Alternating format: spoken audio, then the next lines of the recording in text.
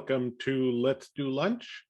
My name is Paul Sweeting. I am the founder and principal of Concurrent Media Strategies and the co-founder of the RightsTech project.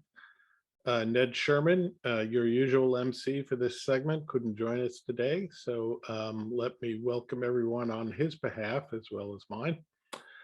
Glad you could all join us. Before we get to our discussion today, let me just run through a few housekeeping items.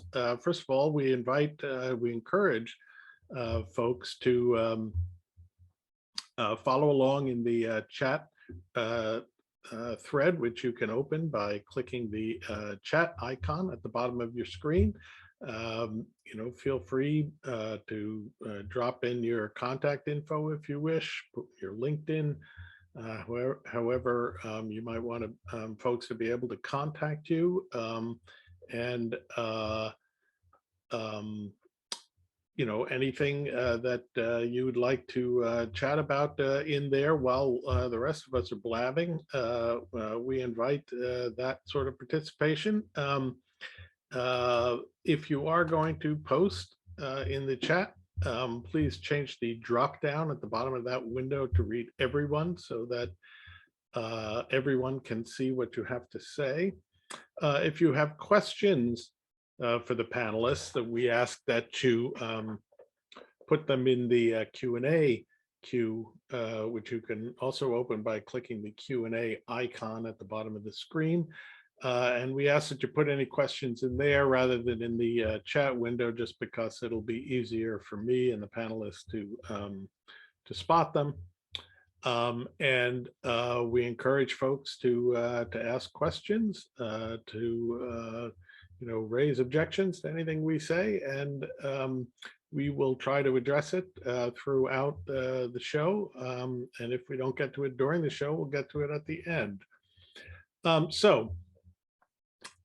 Here at Let's Do Lunch, we of course cover a range of topics: the business of music, the business of streaming, the business of games, the future of entertainment, and of course the RightsTech Roundtable every Thursday here. And this being Thursday, this is another episode of the RightsTech Roundtable. And we have, I think, what will be a very interesting discussion lined up for you today on how new technology can be used to unlock value from underutilized or underexploited rights. A topic we often touch on here, but today we'll be focusing on the publishing industry rather than our frequent focus on music or video or TV or film. And of course, publishing is it's an old line and old school business that has not always been particularly comfortable embracing new technology.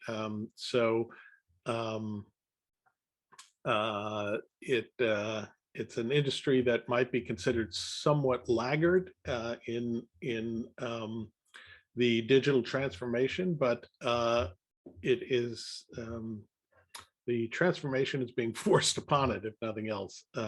So that will be part of our discussion today. Before we get to before I introduce our guests, I just wanted to say, call out a couple of recent headlines and say a few words, of course, about this week's calamitous Q1 report from Netflix, which saw for the first time a net loss of subscribers, about 200,000 subscribers, well off from the net addition of 2.5 million that Netflix had forecast and that Wall Street was expecting. They of course got their stock, of course, was hammered as a result of this, wiping out $55 billion worth of market cap in about 24 hours. There's really no excuse for that big a miss these days. I'm really surprised that Netflix didn't manage to get at least some of the bad news out before the earnings report. But it may turn out to be something of a harbinger for the overall video streaming business. Disney Plus also missed its subscriber count forecast for Q1, coming in about 6 million below what analysts had expected. Their stock also got dinged, but not anything like what Netflix went through. But there are signs that the sort of pandemic-fueled peak TV wave is cresting, or has crested, and has begun to break. And it's likely to swamp some of the folks who have been riding it, sort of like what I just did with that metaphor. Their Kantar Media reported just right before the Netflix announcement that household penetration rates, that is the percentage of smart TV households that are subscribing to a particular SVOD service, have declined across the board for the main SVOD services. Netflix was down, Disney was down, Apple TV suffered a 15% decline, 15.5% decline in household penetration in the quarter. Amazon Prime was down. Even the AVOD services, which had been growing, experienced a slowdown, at least in that growth. So there's clearly a saturation point being hit in the video streaming wars, I guess you could call them. In fact, there was just a report came out a couple of weeks ago from Nielsen, in which they surveyed consumers and found that nearly half of all consumers, about 46%, claim to be overwhelmed by the sheer number of choices available to them out there, and the number of services they need to subscribe to be able to watch their favorites. And it's beginning to look like you really can have too much of a good thing, and that is going to, I think, radiate throughout the entire TV video film ecosystem. The huge demand for content to fill up all those services had created this huge demand for new production, which was fueling a boom among studios, production houses, creatives involved in the production of film and TV programming, and they've sort of been getting fat off that for a couple of years now. And if that's coming to an end, that's probably going to lead to some measure of shakeout in that part of the business. And clearly the services aren't getting the return on investment that they were getting a year ago from new production or new licensing of content. So it wouldn't surprise me to see license fee, rights fees begin to decline, at least flatten out from the growth curve that they've been on, and that's likely to shake out throughout the business.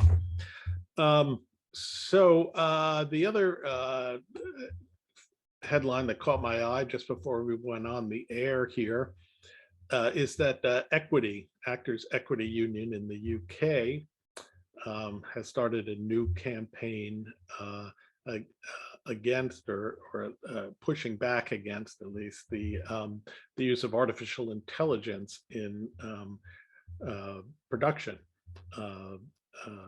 Likenesses, images, voices, and what they're specifically asking for is a requirement that permission be sought from performers before their likeness, images, or voice is recreated using artificial intelligence for future productions that they're not involved in. And that sort of brings us to the topic of today's conversation, where we'll be touching on artificial intelligence and its use in creating new production. So I'd like to invite our guests, Bill Wolfsthal and Michele Cobb, to join me. There they are. Hello, folks. Bill is a longtime book industry, publishing industry consultant, working for both publishers and to vendors of to publishers, companies that provide services to publishers, helping them find new business opportunities. He's been in and around the business for 30 years or so, and he's held management, sales, marketing positions at Harry and Abrams, Skyhorse Publishing, Lions Press, and several others. He's now advising a company called Speechki, which provides synthetic voice narration for the production of audio works. And we'll be talking about that in a bit. Michele Cobb is a recognized longtime expert in the field of audio publishing. She's currently a partner with Forte Consulting. Did I get that right?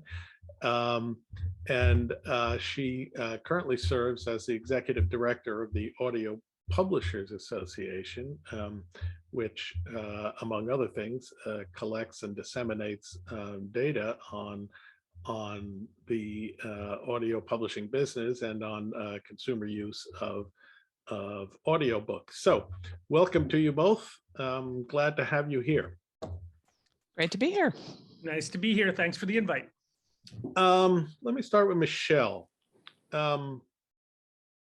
So the audiobook segment or sector of the publishing industry has been growing for several years consecutively now. Yes. Although the growth slowed somewhat in 2021, if I'm recalling correctly the data. Oh, we haven't collected the 2021 numbers yet. So it slowed a little bit in 2020, but we've still seen 9 years in a row of double-digit growth.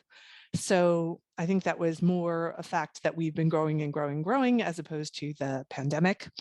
I will take a little issue with you talking about publishing as being antiquated. You know, in the audiobook world, we have long been largely digital, and we have been well ahead of the curve in terms of, you know, from the production process all the way to the consumer experience. That is very much a digital experience and has been for the past 20 years. Fair enough. Fair enough. My apologies. And my apologies to anyone in the audience I offended with that comment. I actually remember I used to write for Publishers Weekly back in the day when this segment was known as Books on Tape. That's right. Yes, that was part of my beat back then. But we're long past the Books on Tape stage in yes in audio production and distribution. So you think you are, Paul, but a lot of book contracts still say books on tape, and publishers have to make the argument that therefore they own audiobook rights. Oh, I'm sure that's the case, and you know it's the case in a lot of these industries where you have legacy contracts that do not specifically expressly address sort of the new configurations of the business, and those contracts have to be interpreted, shall we say, if not argued or litigated, as to who owns what right to do what. But that aside, Michele, where does the audio segment fit within the overall publishing industry? Is it increasing as a percentage of the business as well as in absolute terms? Absolutely. So in 2020, our members produced over 71,000 titles in a year on audio. So when I started in the business in the late 90s, that was maybe 2,000 books a year. Now we're doing 71,000 plus programs that encompasses titles that are just a single voice narration, reading of an existing unabridged book. It includes poetry, it includes plays, it includes original works. So it's really anything that is sold in the audiobook space. We're not, very mindfully, the Audiobook Publishers Association. We are the Audio Publishers Association because it encompasses a wide variety of products that are just audio. So has that mix shifted at all in recent years in terms It of? has. As we've grown in terms of the revenue and in terms of the number of titles being produced, that has allowed publishers and encouraged publishers to get a little bit more creative and take some more chances. So we are seeing more original works produced by traditional book publishers, by retailers, by interesting, small audio publishers, lots of people doing different things. There are more multi-voiced performances, which means that it's one piece, but it's read without interaction by multiple narrators. And there's a lot more full cast recordings where you do have that interaction. It's like a radio play. It's giving that back and forth. A lot of times it has sound effects, it has music. And, I'm seeing more and more of that done because that appeals to and interests a really wide variety of potential listeners. And the more listeners we can bring into the fold, the more we can, produce, the more we can grow. It's a wonderful sort of self-fulfilling prophecy of cycle of growth. So, where do you draw the lines within that, or does it not really ultimately matter where the lines draw between, do those all qualify as audio books? Is that really an antiquated term at this point? Because I think audiobooks, in the traditional sense, are things that are sold by retailers in a model that has to do with being able to buy it as a single unit. What's the difference between a podcast and an audiobook? Largely the business model, and some of those business models are changing. We're seeing a rise of the unlimited subscription model. It's very much been in the US a subscription model. You buy one title per month. That's what you can listen to. You can buy additional, but we're starting to see more and more retailers offer the unlimited model. And the only real difference between what a podcast is and what an audiobook is generally in the past, you haven't paid for a podcast, it's had advertising, and you have paid for an audiobook. But even that is changing as you can now subscribe to your favorite, podcast vendor. You can do Wondery or Tenderfoot TV, any of those. Right. And also the big music streaming platforms have now incorporated podcasts, and they've begun to incorporate, what used to be called, I guess, audiobooks. Yeah, it's a much blurrier line, and it's one that we're constantly discussing. What makes something one thing and something else? Part of its rights, part of its business model. Yeah, well, let's talk about the rights piece of that. So how are publishers and how are agents on behalf of their clients dealing with that sort of amorphous space right now where where you draw the lines between a podcast and something else, right, is not clear. How in other contexts, people usually try to be very specific about what rights they are licensing and what rights they are not licensing. Yes, and I think that's no different here. And I think that actually we were kind of prepared for this because we've always had in audio the option of having unabridged rights. That's reading the text completely as it is. Doesn't matter if it's one or more narrators, but it's reading that entire text. That's a separate right than a dramatization, which is when you take the text and you change it. You take out the he said, she said, you take out, you might add in some interstitial lines. It's changing the text. And that changing, that dramatization, could be created as an audiobook, it could be created as a podcast. So all of those rights are being parsed out. You're really taking that, single audio right and breaking it down into different sections of what it might be. And we used to have a lot of abridgments that were done in the audiobook world. In the digital case, that's not really done anymore. You do the unabridged work or you do a dramatization, and there's a very small piece of the puzzle that does the abridgments, but when you have a digital file, it doesn't really matter. Plus, people like to listen to long things, so why would you not want it all? And so where does all of that fit in relation to other sorts of rights and licensing within the publishing industry? You have translation rights, you have, the sort of traditional subsidiary rights. Where do audio rights, it's a subsidiary right? Yes, it's a traditional subsidiary right. And, and it itself can get parsed out. It used to get parsed out between retail and library. That doesn't happen so much anymore, but now you're parsing out language and territory, and then that abridged or dramatization. So you can get into the weeds on all those different ways that it can be parsed out. So Bill, let me bring you into the discussion here. What percentage of all titles that are published are actually getting translated into one audio format or another? The fact of the matter is no one knows for sure, because keeping track of the number of titles published overall seems like an impossibility. Bowker tries to do it by tracking the number of international standard book numbers that are issued, but the same title will have one ISBN for hardcover, one for paperback, one for audio, and one for the ebook. So that's a difficult way to track it. The best numbers I have seen are somewhere around 2 million books a year. Could be a little lower, could be higher. And with Michele's number that her members are creating 71,000 plus audiobooks, and maybe it's a little more than that, because I'm sure there are a few audio publishers who aren't members. Still, you have the vast majority of books that are not put into audio. And those are new books published. That doesn't include the backlist, which is now generating about 2/3 of the income for publishers.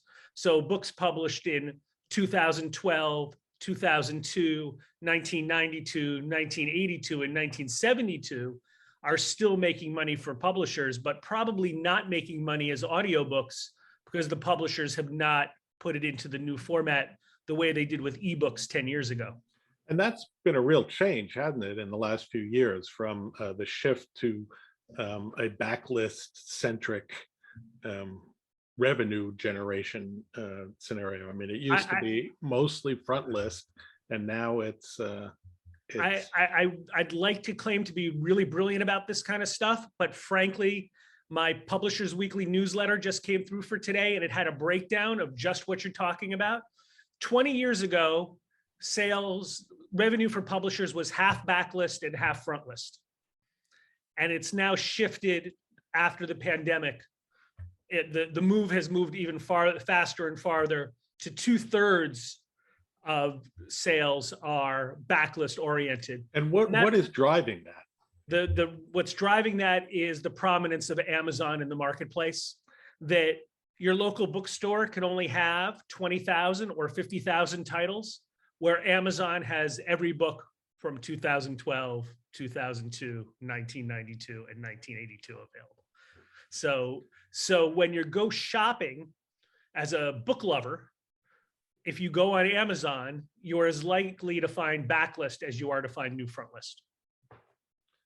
It's fascinating. I mean, the reasons are different, but it parallels what we've seen, for instance, in the music business, where it used to be the hits is what drove sales, what drove the business. But now, 2/3 of the revenue comes from, so-called catalog. It's a function of how people gather information today. So 20 years ago, if you were a book lover, you gathered your information about what book to read from book reviews that you were reading in the New York Times or the New York Post or Newsweek or Time Magazine or the Saturday Evening Post or wherever you were reading. And today you're gathering your information shotgun approach by what shows up on your Instagram, Facebook, or TikTok feed. So you don't have 50 sources of information about what you should read. You have 50 million, you have Right. your everybody that you know and everybody you've ever spoken to and everyone they've ever known is posting information about what you should read. In fact, there's been this whole trend toward what they call book talk, that TikTok has become a major driver of book sales, which is, again, another fascinating parallel with the music industry, where TikTok has become the number one platform for breaking new material or new acts. Well, June is audiobook month, and the Audio Publishers Association, we're going to do a TikTok audio campaign, so that'll be fun. Are you So, recommending that your authors take dance lessons so they can properly promote their books on TikTok? No, we're working with influencers on TikTok and some audio samples, which is nice, of course, because we do have that in our wheelhouse.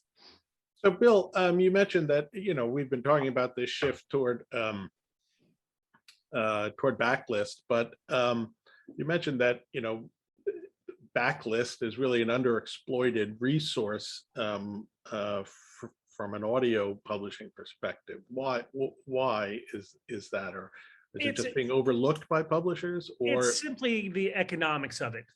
In general, to create an audiobook with a first-rate human narrator in a first-rate studio is going to cost you as a publisher between $5,000 and $10,000.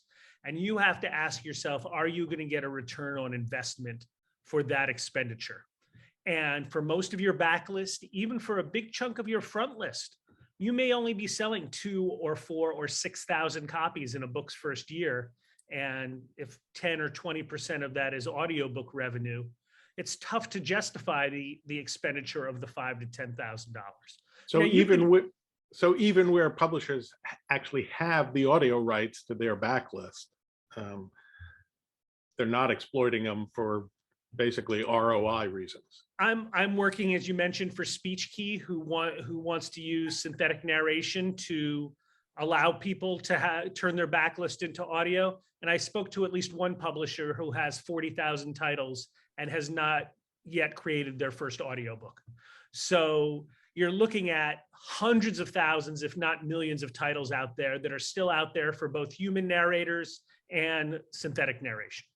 So talk a little bit more about what synthetic narration actually entails. How is that being done from a technological perspective? You start with a voice. It can be a voice you license from Google or Apple or Microsoft, or it can be a voice that you record by asking a human being to be in a booth for 10 to 50 hours to record phrases and words.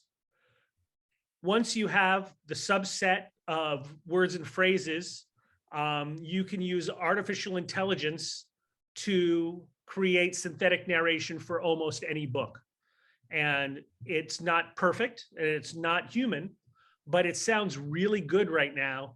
And the process is getting better and better.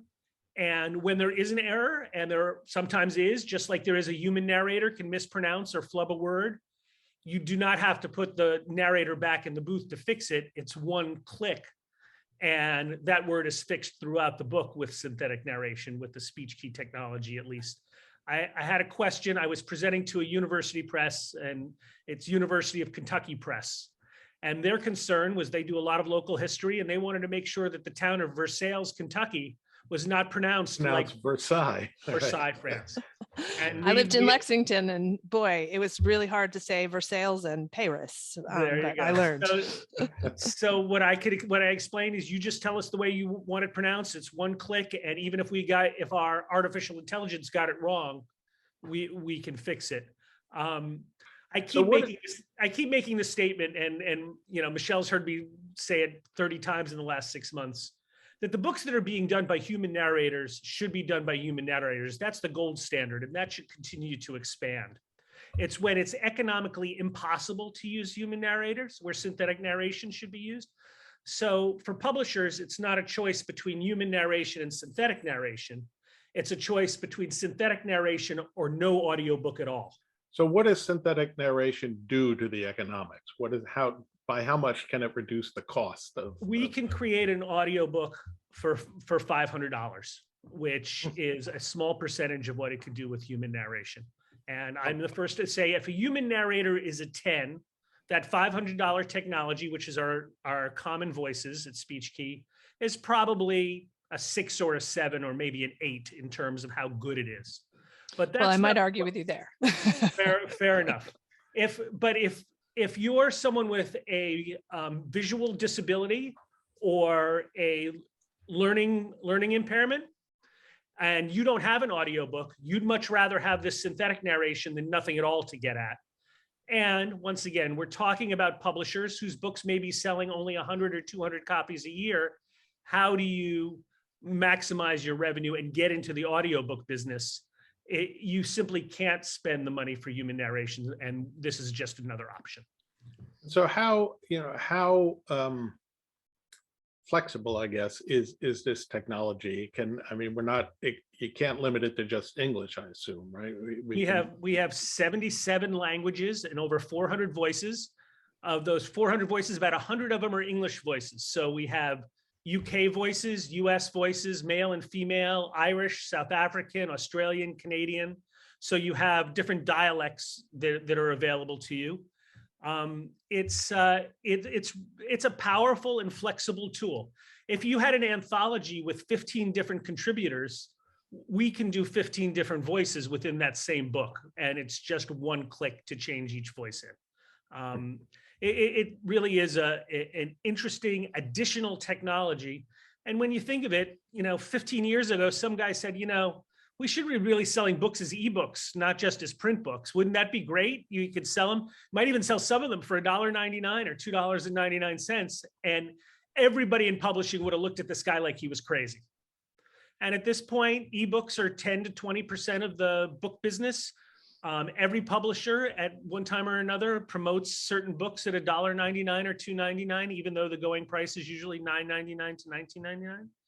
And technology changes the way you work. And as a publisher, you're a content owner. When you sign that contract with the author, you get a certain number of rights that you hold. And the question is, from all those rights you hold, how do you monetize them in a way that benefits yourself and your author? And audiobooks in general are are the booming part of the book publishing industry right now, where it's an industry that's doing very well during the pandemic, but audiobooks, I'm sure when Michele's new 2021 numbers come out, are going to be very impressive. Yeah, I think what we saw in the pandemic, which I don't think was a surprise to most audio publishers, was that a lot of listening actually happens at home. So the shifts that we've seen in where and how people listen have come from, yes, there's less listening in the car because there was a pandemic, but what we've known for years was that there was always a lot of listening at home. And I think, that's definitely going to continue. We have new habits. We walk more, we listen in groups at home more. So we have developed some new habits and things are going to change. I can, point to things like the infinite dial that Edison puts together, having seen a little bit of a dip in early 2022 in terms of podcast listening because people are going back to work and going back to school. But audio is still doing strong. And of course, the distribution is broader than it used to be. So the ability to access audiobooks is, as we were discussing before. I mean, you can get them on Spotify. You can get them on and at your public library as well. A lot of people discovered audiobooks were digital in their public library during the last 2 years. I think the game changer in all of this, and we all have to acknowledge it, whether we like it or not, is the smartphone in our pockets. The fact, not only I use the smartphone every day to check the weather when I wake up, to see what time it is, to see who's doing what on social media, but to listen to your music, to listen to your books, to find out, people stream movies on their phones. It's a game changer in terms of accessibility to whatever entertainment is being provided, that every single person has a distribution node in their pocket. Yeah, who knew in the, in the 70s that we'd be carrying around a computer in our pockets and doing everything on them. Yeah. If we did know, we all here would have invested more money in Apple, and I'm sure we did not. Just a reminder to folks, if you do have questions for Michele or for Bill, please pop them into the Q&A. We're coming up toward time here. So if you have questions, please pop them in there now. I had a couple of more. So, Bill, we were talking earlier about the sort of untapped potential lurking in backlists and in sort of small selling mid-list new titles, largely for the economic reasons. When we're talking about backlist, that publisher you referred to before that has 40,000 titles and has never put out an audiobook. How well do publishers generally, and this could be for either of you, how well generally do publishers have their sort of rights information organized so that they could? Every publisher has a database, even if it's primitive. Yeah, right. And the publisher. Does a file cabinet count as a database, Michele? No. Well, I mean, you were talking before about how a title could have one ISBN number for the hardcover, one for the paperback, one for the ebook, one for the publishing industry. Has no sort of works level identifier, does it? As in the music industry has, you have the ISRC, the International Standard Recording Code, and the ISWC, which for the compositions, which identify the work sort of irrespective of the format. But the publishing industry, the identifiers that they have are still largely format based. Yeah, because we work on ISBNs that all sort of pull back to the original IP. So pretty much every publisher I've spoken to in the last few years has an electronic database that tracks it. But Yes. The problem is the legacy work. So Right. I was speaking to Penguin Random House about a company they bought last year, and they had not yet wrapped their brain around which rights they actually held. Because I was talking to them about synthetic narration for audiobooks. And I said, this publisher might be perfect for it. It's all nonfiction. Can we take a look at that? And their honest reply was, I don't know which rights I hold yet. Yeah, well, that's also has parallels in the film and television world, where there's been a consolidation, people buying up other companies' libraries of or inheriting through M&A activity, libraries of content, and then they faced a monumental task of figuring out what do I own of what I own. I mean, can I actually license streaming rights in Bulgaria? For and what are the implications of that? So yeah, it was a very common problem 10 years ago when ebooks were born. Do you as a publisher own the ebook rights because you own the print rights? And there were plenty of lawsuits and plenty of fighting. But then what if you're a publisher and you've licensed the translation rights to Bulgaria? Have you automatically licensed the ebook rights along with the print rights to Bulgaria, right? Every one of these deals is governed by its own set of facts and the wording in the contracts. True, although I would say that what's unique about audio is that there are a lot of independent audio publishers that have been out there recording audiobooks for 30, 40 years now. And they have long worked with all these publishers to, look at rights and mine rights. So I think probably on audio, we're a bit ahead of the curve in knowing what we have. Michele, it's normally Paul asking, but I'm going to ask you the question because I'm curious about it.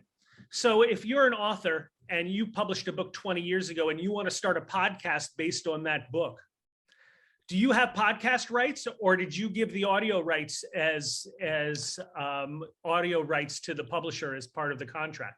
So Podcasts weren't mentioned at all. Podcasts weren't mentioned, but if you're trying to read that book word for word, in audio, then that would probably, in my mind, I'm not a lawyer, fall under the audio rights. So you would have to look at, where it is, and also what the contract said.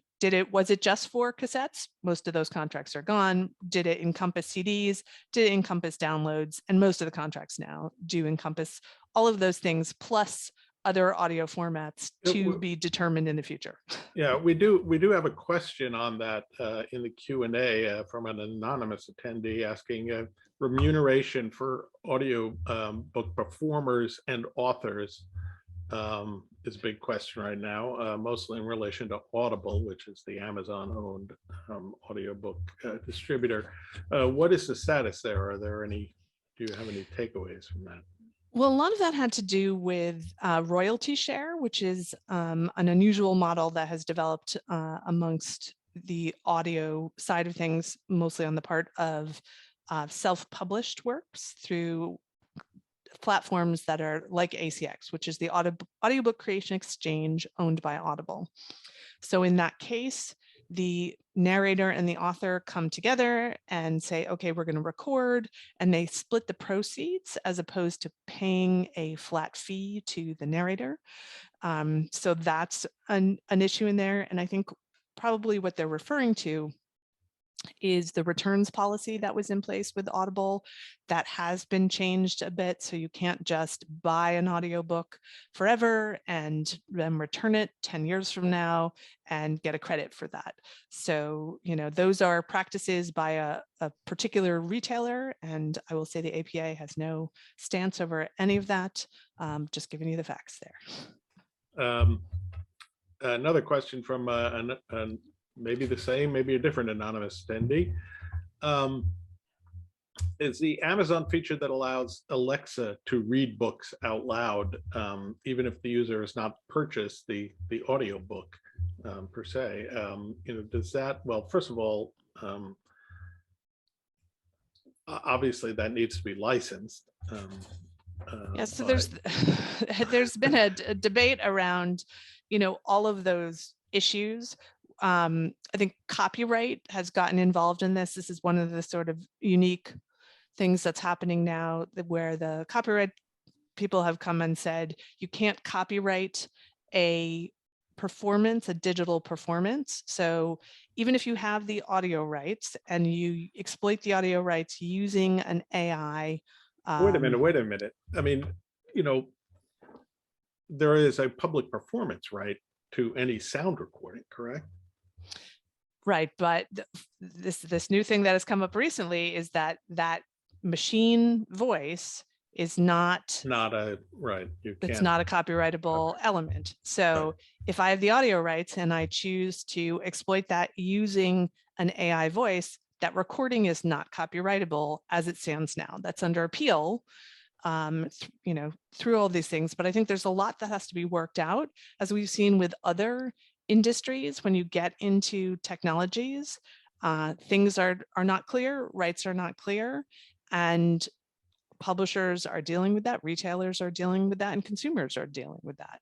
Yeah, it plays into, there's a whole debate going on within the U.S. Copyright Office, the Patent and Trademark Office over exactly. The patentability or copyrightability of works created or produced at least by artificial intelligence. Right, and that's and so far basically they've held and the courts have held that they cannot be that they're not protectable, that you need a human inventor or a human author for something to be protected. But here we're talking about sort of an even more complicated issue in that you may have a human author, but a machine generated voice right. reading the work of a human author, and that piece also not copyrightable currently. So what does that mean as you think about exploiting your rights without a human? So those, I don't think we have any answers yet. and those are going to continue to evolve. Okay, this has been fascinating, but I'm afraid we're going to have to leave it there. We're out of time, but Bill or Michele, if folks wanted to get a hold of you to follow up with any questions, are there ways that they could contact you? Yeah, I'm going to put my email in the chat. Okay. I have lots of emails, but you can reach me at Michele with 1L at Forte, BC as in Forte Business Consulting.com. Feel free to reach out to me and happy to answer questions about podcasts and audiobooks and those associations as well.